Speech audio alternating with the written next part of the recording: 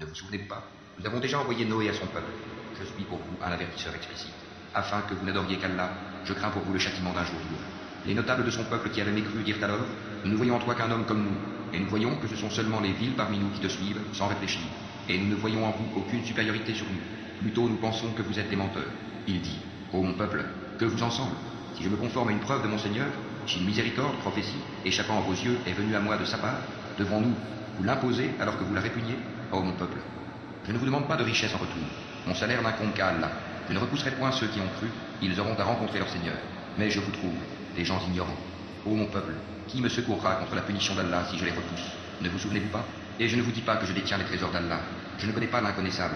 Et je ne dis pas que je suis un ange. Et je ne dis pas non plus aux gens que vos yeux méprisent qu'Allah ne leur accordera aucune faveur. Allah connaît mieux ce qu'il y a dans leurs âmes. Si je leur disais, je serais du nombre des injustes. Ils dirent: ô Noé, tu as disputé avec nous et multiplié les discussions. Apporte-nous donc ce dont tu nous menaces, si tu es du nombre des véridiques. Il dit: c'est Allah seul qui vous l'apportera, s'il veut, et vous ne saurez y échapper.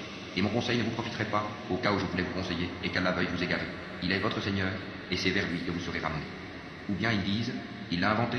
Dis: si je l'ai inventé, que mon crime retombe sur moi, et je suis innocent de vos criminelles accusations. Et il fut révélé à Noé: de ton peuple, il n'y aura plus de croyants que ceux qui ont déjà cru. Ne t'afflige pas de ce qu'ils faisaient. Et construis l'arche sous nos yeux, et d'après notre révélation, et ne m'interpelle plus au sujet des injustes, car ils vont être noyés. Et il construisit l'arche, et chaque fois que des notables de son peuple passaient près de lui, il se moquait de lui. Il dit: si vous vous moquez de nous, eh bien, nous nous moquerons de vous, comme vous vous moquez de nous. Et vous saurez bientôt à qui viendra un châtiment qui l'humiliera, et sur qui s'abattra un châtiment durable. Puis, lorsque notre commandement vint et que le four se mit à bouillonner d'eau, nous dîmes: charge dans l'arche un couple de chaque espèce, ainsi que ta famille, sauf ceux contre qui le décret est déjà prononcé, et ceux qui croient. Or ceux qui avaient cru avec lui étaient peu nombreux. Et il dit: montez dedans, que sa course et son mouillage soient au nom d'Allah, certes mon Seigneur est pardonneur et miséricordieux. Et elle vogua, en les emportant au milieu des vagues, comme des montagnes.